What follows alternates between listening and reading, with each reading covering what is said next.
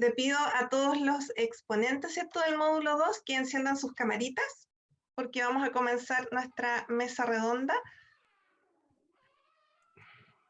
Maravilloso, ahí están, verlo, falta Ramiro, ahí está Ramiro, están todos los exponentes.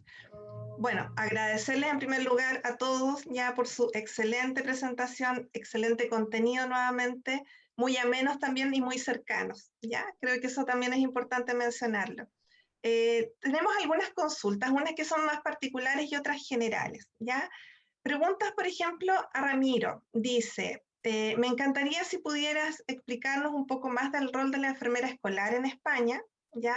Y también, también otra pregunta para Ramiro es la diferencia, por favor, si puedes esclarecer la diferencia entre salud mental y emocional. Son dos preguntas, Ramiro. Muchas gracias, Sandra. Muchas gracias a todas y a todos los que estáis viendo, aunque lo veáis también ahora o en diferido, ¿no? La pregunta, la primera también, quizá compartirla con Natividad. Pensad, es muy complicado el responder ahora en pregunta, ¿no? El rol de la enfermería en España. Yo creo que es importante diferenciar entre funciones y roles. ¿Sí? Creo que el rol de enfermero lo tenemos todos y todas. A partir de aquí, según en qué lugar, según en qué provincia, no se trataría de España, sino según en qué lugar también del mundo, tenemos ganadas unas funciones u otras o estamos poniendo en juego unas funciones u otras, ¿no? Dentro de esas funciones, llevándolo al punto de salud emocional, a ver, compartiros que nosotros, yo formo parte de ACS, ¿no? Y que ahora, bueno, veréis, también lo conoceréis pronto, si no lo conocéis, ISNA, que es la Asociación a nivel internacional, y desde aquí también agradecer. Creo que para responder esa pregunta en clave emocional y en clave rol enfermero, pronto publicaremos y os haremos llegar un documento que revisa todo un programa de salud emocional desde la perspectiva de la enfermera escolar. Entonces, tal vez ahí podamos ver mejor las funciones, podamos ver mejor qué roles o tal vez qué contenidos podemos poner en juego nosotros desde nuestra perspectiva y desde nuestra función dentro de un centro educativo o diferentes tipos de centros y entornos, tanto a nivel de la parte más asistencial como la parte más de educación para la salud o la promoción de la salud. En relación a la otra pregunta, de la diferencia entre salud mental y salud emocional, voy a responder, pero no me la voy a jugar, porque al final esto son miradas, ¿no? Entonces voy a responder y como lo he visto antes, os voy a compartir una pantalla muy rápido, muy rápido, simplemente para entender o compartir que si yo me voy a la dimensión humana, al sentir, pensar, hacer, a la emoción, mente, acción, la parte más social, para mí la emoción, el mundo emocional, ¿no?, que compartimos antes, son esas emociones, esas 10 familias emocionales. Pues si pienso en la mente, pues son pensamientos y son otras cosas, ¿no? Pensamientos, cultura, patrones, reflexiones, perspectivas. Si son cosas diferentes, lo que hay en mi mundo emocional y mi mundo mental, pues lo mismo. En salud emocional es algo más derivado a ese mundo interior, y la salud mental pues tendrá que ver más con lo que creo del mundo, con los valores, con los conocimientos, con la capacidad de reflexionar, de darle vueltas, ¿no? La perspectiva de la vida. A partir de ahí no me la juego definiendo salud emocional, pero sí entender que son cosas diferentes y que por tanto cuando hablemos en clave salud, tal vez tenemos que reevaluar nuestras definiciones de salud mental o emocional. A partir de ahí preguntaría, ¿cuál es la tuya? Sí. Sandra, tal vez también complementar un poco desde la definición también de salud mental y del modelo que contamos en nuestro país, en Chile, que yo creo que también responde un poco a, en el fondo son conceptos diferentes, pero que también apuntan a lo mismo, y ahí también hay bastante coincidencia. ¿Sí? Y desde ahí nosotros acá en Chile, el modelo que tenemos de salud mental es un modelo de salud mental comunitario, y que justamente va mucho más allá. Lamentablemente estamos presos por la palabra, ¿no? ¿Cierto? Que alude justamente a la mente, a las cogniciones, a los pensamientos, pero es una mirada mucho más integral, que además también va mucho más allá de la ausencia de síntomas o de enfermedad. ¿Sí? Acá no solamente nos preocupamos por ese eje que tiene que ver con, ¿cierto?, con la presencia o ausencia de sintomatología o de enfermedad mental, sino que el eje más relevante, y que nosotros trabajamos con el modelo de los 2 continuos, ahí también adaptado del modelo canadiense, es el eje de la salud, ¿no? Y el eje de la salud también incluye lo promocional, incluye también el bienestar subjetivo, el bienestar psicosocial también. Entonces es una visión también de salud mental mucho más amplia, amplia y que también ofrece muchas más posibilidades para trabajar justamente desde lo proteccional, desde lo promocional y lo preventivo, más allá de lo curativo, ¿no? Que es lo que también usualmente es lo que, es a lo que no, nos restringimos, y sabemos también que es necesario, inclusive no solamente lo curativo, ¿cierto? Desde el plano más biomédico, va a tener un resultado positivo como tratamiento. Se requiere además este otro eje que es mucho más holístico, que es mucho más integral. Así que muy también en consonancia con el modelo que tenemos acá en Chile de salud mental. Como última Excelente idea, complemento, Belén. simplemente compartir que Ramiro y luego Julián. Gracias. simplemente compartir que, ahora que has mencionado esa mirada biomédica, ¿no? Nosotros decidimos cómo vamos a definir eso, pero por ejemplo en la presentación que hemos compartido antes, tiene que ver con una mirada más salutogénica, una mirada de activos para la salud, no tanto de factores de riesgo, sino de factores protectores. El desarrollo de habilidades socioemocionales para promocionar la salud emocional, ¿no? Como factor protector de la propia salud y como activo en sí mismo. Sí, para mí es muy grato poder compartir como psiquiatra, no en un foro hablando de trastorno mental y pudiendo hablar de factores protectores para el bienestar y la salud mental. Me encanta porque desde muy pequeña en la Universidad del Bosque trabajamos mucho en lo biopsicosocial y desde la protección y la salud comunitaria, y me encanta poder estar en todos los foros porque clínicamente, claro, trabajamos en el trastorno mental y los psiquiatras nos sacan mucho de este tipo de actividad. Entonces, estoy feliz de poder estar aquí en compañía de ustedes que trabajan desde esa perspectiva. Muchísimas gracias. Gracias, doctor, igual por compartir. Yo encuentro que esto, lo que está pasando ahora es un lujo, compartir con profesionales de distintos países y sus distintas miradas y cómo se complementan, ¿ya? Así que maravillosa esta oportunidad. A ver, tengo otra pregunta acá que me gustaría también, bueno, es una pregunta más bien para nuestro país, pero quiero también, ojalá que nuestros profesionales de otros lados también la compartan. Dice así, en el contexto de la creación de la nueva constitución para Chile, porque próximamente se va a escribir una nueva carta ya de la constitución, ¿cuáles serían o las principales propuestas para la infancia y la adolescencia en el contexto del resguardo de su desarrollo integral? Permíteme responderla, Sandra. Ya. Desde la perspectiva social, ese es un tema que nos tiene muy preocupados, nos tiene muy entusiasmados a la vez, porque las enseñanzas que nos está dejando la pandemia, de una nueva manera de ver la vida, una nueva manera de vivir, la nueva manera también que ha llegado a pedirle al mundo adultocéntrico que ha generado todo lo que tiene que ver con la infancia, desde sus derechos, desde sus políticas, con esa mirada que no considera, digamos, su participación, su opinión. Es lo que nosotros estamos trabajando y es lo que mostré un poco en la última lámina. La verdad es que nos hemos puesto de cabeza a trabajar en la reconstrucción de la infancia, tomando el modelo de lo que ha ocurrido en otros países, especialmente con los colegas de España, que ellos ya hace tiempo, ya hace más de 2 meses que publicaron en Plataforma por la Infancia esta mirada, es lo que estamos nosotros planteando a las autoridades. Y dentro de ella, creo que 2 cosas son fundamentales que tenemos que preocuparnos en lo que la gente, y sugerirle a la gente que va a escribir la Constitución. Uno, ver la manera de romper esas barreras estructurales que tenemos como país que impiden el desarrollo adecuado de la infancia. Y uno de ellos fundamentales es la pobreza. Siempre cuando se habla de la pobreza pensamos en la gente adulta una vez más, y cuando vamos a ver las cifras vemos que un 25% de nuestros niños hasta los 18 años son pobres, ¿no? Y pobreza multidimensional, que ha quedado reflejada abiertamente ahora en la pandemia.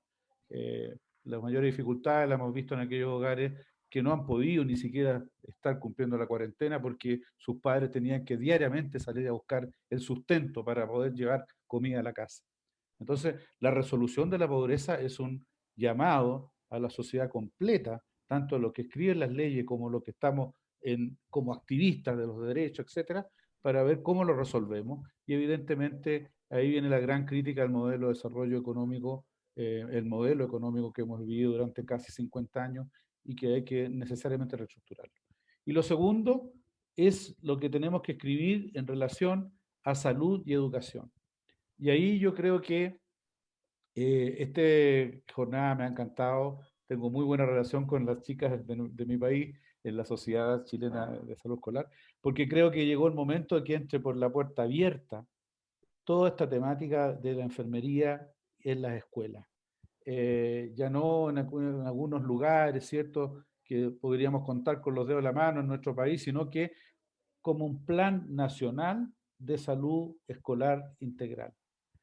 Nosotros tenemos acá un programa maravilloso que toca estos aspectos, que es el programa Chile Crece Contigo, que tiene que ver del desarrollo hasta los 9 años. Pero ahora sería fantástico que también de manera intersectorial fuera escrito un programa que abordara todo lo que es la salud escolar, no solo desde el punto de vista de la atención sanitaria, sino que tiene que ver con las habilidades para la vida de los chicos, el cómo desarrollar conducta y estilos saludables, el tomar decisiones saludables a lo largo de su vida.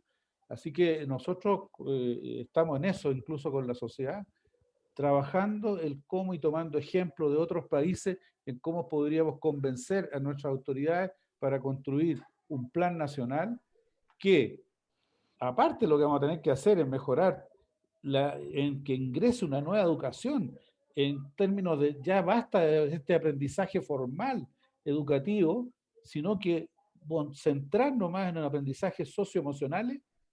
Por otro lado, al lado, podamos establecer en nuestra Constitución un Plan Nacional de Salud Integral Escolar. Eso, de mi punto de vista como pediatra social, Sandra. Muchas gracias, doctor, por su opinión. Comentarles también que la Sociedad Chilena de Enfermería y Salud Escolar, la SOCHE, se está trabajando con la Sociedad Chilena de Pediatría en este marco de pediatría social, ya, para que ojalá en el futuro sí exista esta política de tener una enfermera en cada establecimiento educacional público y privado, ya, que no haya ninguna diferencia, porque sí está ya revisado bibliográficamente que la importancia de una enfermera en un centro de educación es vital, ya, en todas sus palabras, vital. Así que ojalá que vamos a seguir trabajando, digamos, para que eso así sea. No sé si algún otro panelista le gustaría opinar acerca de esta pregunta. Continuamos entonces. Acá tengo dos preguntas importantes también. Y las dejo abiertas ya para que ustedes la puedan desarrollar. Uno es, ¿cómo apoyar a los niños, niñas y adolescentes con dificultades para afrontar efectos del confinamiento y el duelo? ¿Ya? Esa es una. Y la segunda, ¿cuáles son los efectos de la pandemia en niños con necesidades especiales de salud emocional y mental? Yo voy a contestar la segunda, Ya, aunque también soy especialista en salud mental, pero ante este panel que tengo aquí, prefiero que la primera la contesten ellas. Voy a contestar a la de educación especial porque yo creo que el efecto inmediato es un poco lo que os comentaba antes, ¿no? Porque, bueno, las madres y los padres, aunque hay muchas madres que están solas con estos niños, que eso también es un tema importante, y además con trabajos muy precarios o incluso que se han quedado sin trabajo, estas madres son unas grandes luchadoras y heroínas y saben tratar muy bien a sus hijos, pero evidentemente el trabajo profesional diario, el salir de casa, el encontrarse con otros niños, ellos lo acusan también mucho. Otra cosa es cómo nos lo pueden verbalizar, que en la mayoría de los casos no nos lo pueden verbalizar, pero sí les vemos una serie de actitudes. De hecho, en esas entrevistas que teníamos prácticamente todas las semanas con las familias, nos manifestaban sobre todo que habían empezado a dormir muy mal, a comer mal, a llorar más, porque claro, estábamos hablando de niños de educación especial. Y luego pues hay niños también muy inquietos, con incluso patologías psiquiátricas en los colegios, ¿no? Y ha sido un periodo muy difícil. De hecho, con ellos sí que la ley hacía una excepción y cuando los demás no podíamos salir a la calle, estos niños en concreto sí podían salir a la calle con un familiar, por sacarles un poco y porque ellos entre cuatro paredes, el beneficio que tienen estando en los colegios, independientemente de lo que puedan aprender a nivel pedagógico, ¿no?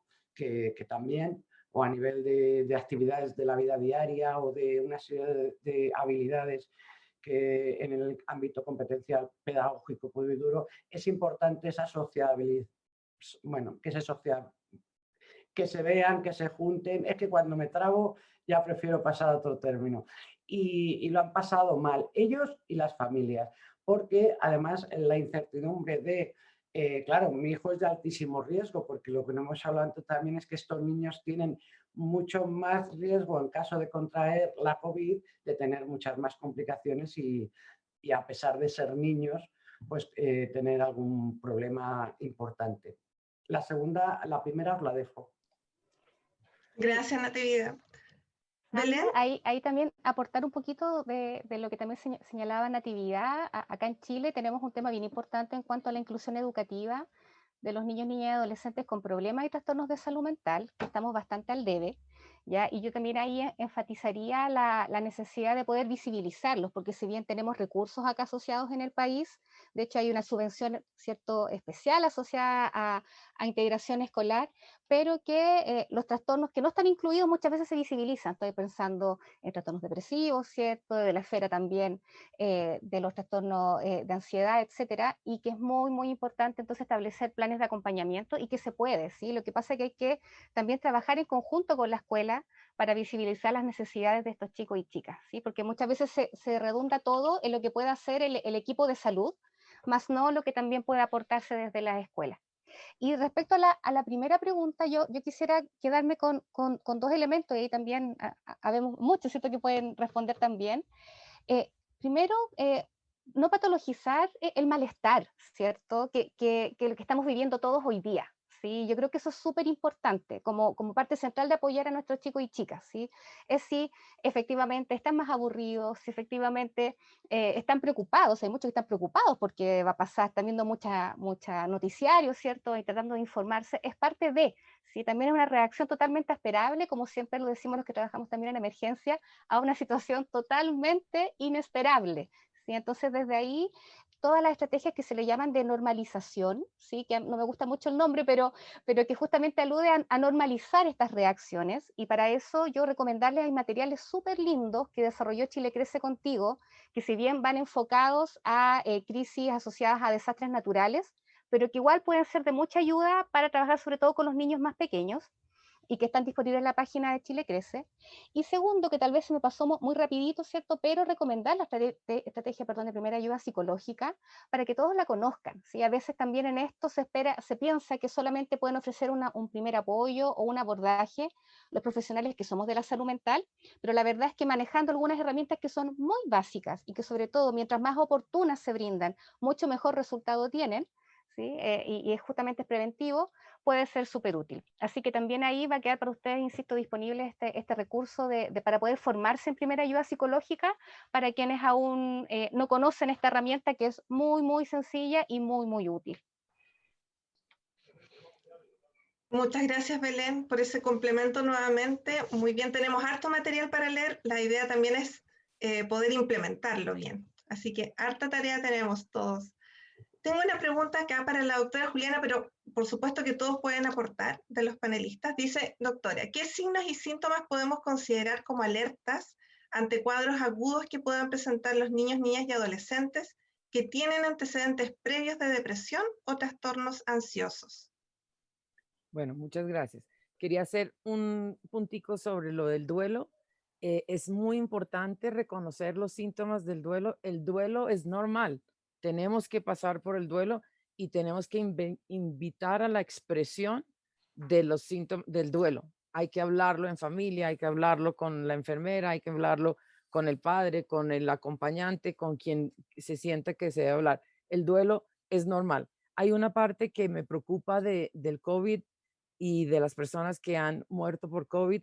Se volvió un poco una enfermedad de vergüenza. No me cuidé, no usé el tapabocas. Entonces hay personas que no hablan, que algún familiar lo tuvo o que ellos lo tuvieron porque se estigmatizó también. Entonces es muy importante desestigmatizar y desculpabilizar para que no se genere y se pueda evolucionar el duelo de una forma correcta, porque se creó un mito alrededor de no me cuidé, no fui bueno, soy malo, voy a infectarte. Entonces es muy importante descontaminar un poco eso. Para esta pregunta, si son personas que ya han tenido síntomas de depresión, ansiedad, etcétera, pues los síntomas que han tenido de tristeza, de pérdida de gusto en sus actividades cotidianas, de quedarse en cama, de no bañarse, de estar más alejados, las conductas evitativas que llamamos, de hacerse daño. Es muy, muy importante. Desafortunadamente, nuestros jóvenes adolescentes tienden a autolesionarse en espacios donde no los vemos. Yo sé que es muy difícil para los padres y cuidadores em, transgredir, según los adolescentes, los límites de verles ciertos sitios de su anatomía donde ellos tienden a autoagredirse. Es muy importante mirar sus tendencias de alimentación, si cambian sus hábitos de alimentación, si cambian sus hábitos de sueño. Yo sé que para muchos padres que trabajan es muy difícil saber si sus hijos están todavía conectados a sus móviles o sus computadores mientras ellos duermen, pero los hábitos de sueño, los hábitos de alimentación, tratar de ayudarlos a generar actividades físicas. Si no, si todos estos cambios empiezan, tenemos que, y son personas que han sufrido esto antes, son signos de alerta, son definitivamente signos de alerta. Muchas gracias, doctora, por su respuesta. Creo que quedó bastante claro. Hay que estar, cierto, pendientes y alertas, como dice usted, de todos esos signos y síntomas. Hay que conocerlos, hay que estudiarlos para poder ayudar tanto a las familias como al equipo escolar también. Yo creo que uno de los temas que yo rescato de este módulo ha sido el trabajo como intersectorial, pero comunitario, como dice Belén, porque el modelo es así, de trabajar tanto como con las familias, cada individuo. Es muy importante de ir detectando cómo está, qué es lo que le pasa, y desde el nivel de atención primaria, desde el nivel de los colegios, etc. Yo creo que es muy importante y eso nos ha dejado este módulo. Tengo dos preguntas que son específicas para Natividad. Hay una pregunta que dice, el uso de mascarillas no es obligatorio en menores de 3 años, pero en su defecto, ¿el uso de escudo facial será una opción adecuada? Tal vez también nos pueden aportar. Ya, dice, pensando en el retorno 2021. Y la otra, cuando se comienzan las clases presenciales, como educadora, trabajo con niños de 4 años. Si ellos tienen algún accidente o se caen, ¿es necesario usar guantes y escudo facial? claro, es que está un poco relacionada, ¿no? Porque la primera también era de niños de infantil. Vamos a ver, la pantalla protectora o el escudo facial, me parece que lo llamáis vosotros, no vale de nada si no tienes mascarilla, porque te está entrando aire por todas partes. Entonces, siempre hay que tener una mascarilla quirúrgica o FFP2, depende, pero con una quirúrgica. Y la pantalla ya tienes protegido los fluidos, las aerosoles y todo eso. Nosotras incluso para las aspiraciones a veces no nos ponemos pantalla, pero sí nos ponemos gafa. Las enfermeras nos ponemos una gafa, Los profes. En España, desde los 6 años para abajo no es obligatoria en los colegios. Ahora, de los 3 a los 6, de 0 a 3 no es recomendable, ¿no? Por ciertas cosas. En educación especial tampoco es obligatoria, pero los que la pueden llevar y además ellos quieren sentirse como los demás, efectivamente la llevan, pero no es obligatoria, sobre todo por los problemas, la dificultad respiratoria. Pero de 3 a 6 años muchos niños la tienen. ¿Por qué? Porque la tienen sus hermanos, porque van a la calle y lo ven y porque ellos van, precisamente estamos en colegios donde la educación es amplia, no solamente que aprendan matemáticas, entonces bueno, pues es un hábito que van adquiriendo, igual que el lavado de manos, que se ha hecho siempre. Es recurrente el lavado de manos en los colegios a cualquier edad y lo hemos hecho nosotros, lo hacen los profes, porque es igual que lavarte los dientes, una serie de cosas. Pues este año con más. Los profes, dependiendo de la actividad que vayan a hacer, con niños pequeños, ellos en principio con la mascarilla quirúrgica, cuando están, no están pegados a ellos, por decirlo de alguna manera, pues están organizando la clase, hay unos grupitos, va para acá. Ahora, que se te pone un niño a llorar, a todo llorar, que ya sabemos cómo son los niños pequeños, y más ahora que están asustados estas cosas, que ves que tiene mucho moco, pues ponte también la pantalla, que siempre te... Y sobre todo, si son niños, esto me refiero ya más a cuidadores o técnicos que tienen que cambiarles pañales, también son fluidos, bueno, pues nos podemos poner una bata que en muchos casos son, nosotros por ejemplo usamos impermeables, que se puede usar varias veces, bien porque tiene una serie de lavados o bien porque la desinfectas. Según te la quitas de hacer esos cambios, por ejemplo, higiénicos de los niños, te la quitas, la cuelgas, la desinfectas y para el otro rato. Y una vez a la semana, pues la lavas. Entonces, la protección es dependiendo de la actividad que vayamos a hacer. Me da igual que seas profe, que seas enfermera, que seas conserje. El conserje, normalmente les han puesto unas pantallas, pero no obstante llevan su mascarilla, porque las pantallas no son un blindado, me explico, el aire circula. Entonces es importante, y ese cuadrito que yo os he puesto ahí está en el plan estratégico también internacional, es dependiendo de la actividad que vayamos a hacer. Es más, se me ha olvidado, en algunos momentos también os tendréis que poner guantes, pues cuando estéis con los mocos, con la baba, es que es así. Eso es un poco saberlo, saber cómo se transmite lo que conocemos, las evidencias que conocemos, y luego la disponibilidad también de los colegios y el sentido común. Yo es que, aparte de toda la ciencia, porque creo que hay que demostrarlo todo, como estamos haciendo todos aquí, con las evidencias científicas que hay, los estudios que se hacen, que se han hecho más estudios del COVID desde todo punto de vista en la historia, que yo creo que el otro día daban unas cifras impresionantes, pero luego está el sentido común. O sea, tú llegas al colegio, el profe, la enfermera, el otro y el otro, y si no usas mucho sentido común, se desmadra todo. Así que, profes, tranquilos, los que vais a empezar a trabajar. Por cierto, he leído por ahí antes, aquí en España, dependiendo de cada comunidad, que hay 17, ya no voy a entrar en más cosas, sí que se hizo una prueba PCR a todos los profesores y profesionales como nosotras, no docentes, y en los colegios de educación especial se les hizo a todos los alumnos y alumnas, ¿vale? A los que no tenían patologías, no. Pero a los profes sí, lo digo porque es una manera también de saber cómo se empieza el curso. De hecho, como se hizo a principio de curso, justo antes, cuando empezamos nosotros, que empezamos el 1, pero los chavales empezaban el 9 o el 11, pues ahí hubo mucha gente que tuvo ya que quedarse en casa en cuarentena, y con los niños igual dieron algunos positivos, ¿vale? Entonces, espero haber respondido a la pregunta, pero siempre Sí, la protección, gracias. evitar aerosoles y fluidos. Gracias, Natividad. Quedó bien esclarecido. Ramiro, disculpa, no te había visto, tú querías hablar, así que tienes la palabra. No, sabiendo que tenemos tiempo, aunque tenéis que hacer parada más, y si podéis hacerla de más de 5 minutos, pues también será bueno. Recogiendo un poco hacia la mirada socioemocional o psicoemocional de esta mesa también. Por ejemplo, en el tema de mascarillas, que es algo que sabemos que puede ser preventivo, pero en según qué momentos puede ser de actuación, ¿no? Pues si lo llevo a la mirada emocional, la pasa parte de duelo. Ahora, decía antes Belén que la palabra normalización a veces tiene un cierto debate, ¿no? A mí me gusta la palabra normal, porque normal es no mal. Lo normal es estar bien. Entonces, las emociones todas son normales porque todas son buenas, todas vienen a nosotros para un para qué. Entonces, si hay emociones, es importante simplemente sumar a la pregunta que se hacía al principio de, vale, ¿qué podemos hacer?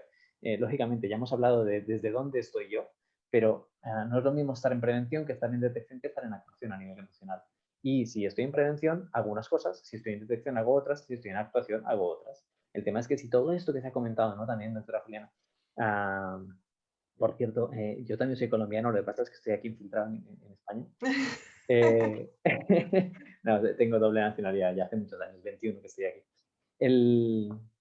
Nada, quería decir que todo ese lenguaje de familia, si lo llevamos a la enfermería escolar, a entornos educativos, claro, y al final yo tengo que hacer alguna acción. Y no es lo mismo en temas de duelo o en temas de que hemos detectado algo, una acción preventiva, vamos a trabajar promoción de la salud emocional, que decir, no, tenemos que actuar. Entonces, nosotros que ahora podemos estar preparadas, tanto del entorno de enfermería como del entorno más pedagógico que estáis aquí participando, acciones concretas que se puedan hacer para poder avanzar o en esos procesos de transición emocional. De entrada, ¿hemos hecho celebraciones? Pregunto, ¿no? Porque celebrar no es el jolgorio, la fiesta, la alegría. Celebrar, o sea, un velatorio es una celebración. Entonces, ¿hemos celebrado las pérdidas en nuestro entorno educativo? Aquí entonces se abriría todo un campo, por ejemplo, de protocolos de atención al duelo. El duelo no solo es la pérdida, el duelo también es duelos de transición, ¿no? Quizá no me he podido despedir de mi grupo, o al menos aquí ha sucedido, ya que hemos ese calendario B, ¿no? Acabamos el curso en junio, quizá no me he podido despedir de mi grupo y he tenido que cambiar de centro educativo porque, por ejemplo, de la primaria a la secundaria no había continuidad. Entonces, ese duelo de transición lo he podido realizar. Hemos hecho celebraciones con los niños, con las niñas, hemos hecho celebraciones con nuestros adolescentes. Quizá desde enfermería escolar podemos aportar una mejora, no solo en protocolos COVID, que está muy bien el tema de mascarillas, que además nos hemos hecho todas unas expertas, sino... Y el protocolo de duelo, ¿no? El protocolo de emergencias y catástrofes, que también decía Belén, que lo referenciaba en Chile. Porque ahí hay mucho que poder trabajar y no es lo mismo actuar, porque tenemos algo entre manos, que vamos a investigar para detectar, que vamos a prevenir. No es lo mismo.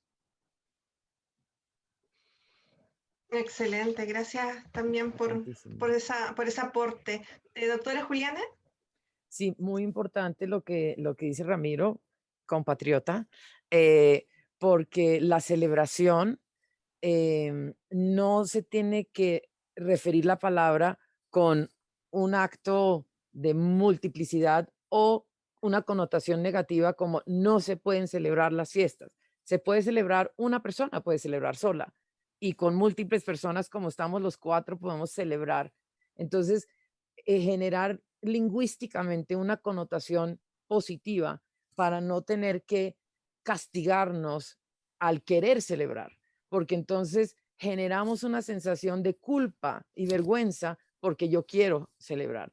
Y tenemos que poder facilitarnos a todos en este año que todo el mundo dice, qué año tan malo. Y yo digo a muchos de mis pacientes, qué año tan interesante, qué aprendiste, no solo que sufriste, porque en el aprendizaje está el crecimiento, en el aprendizaje está lo que podemos compartir. Y si usamos adjetivos calificativos positivos para poder generar en la comunidad algo positivo, algo que nos dé, algo que nos genere madurez, algo que nos dé crecimiento, todos surgiremos y salimos de esta situación. Y con eso positivo construimos y construimos como personas, como comunidad, como familia, comunidad escolar, y hacia eso tenemos que dirigirnos. Yo trabajo desde la psiquiatría positiva, que eso implica utilizar los recursos que yo ya tengo y más que hay de aprender para seguir el camino hacia adelante. Entonces, esa construcción, muchas gracias, Amiro, por tus aportes, porque eso es hacia donde tenemos que ayudar a nuestra comunidad a continuar.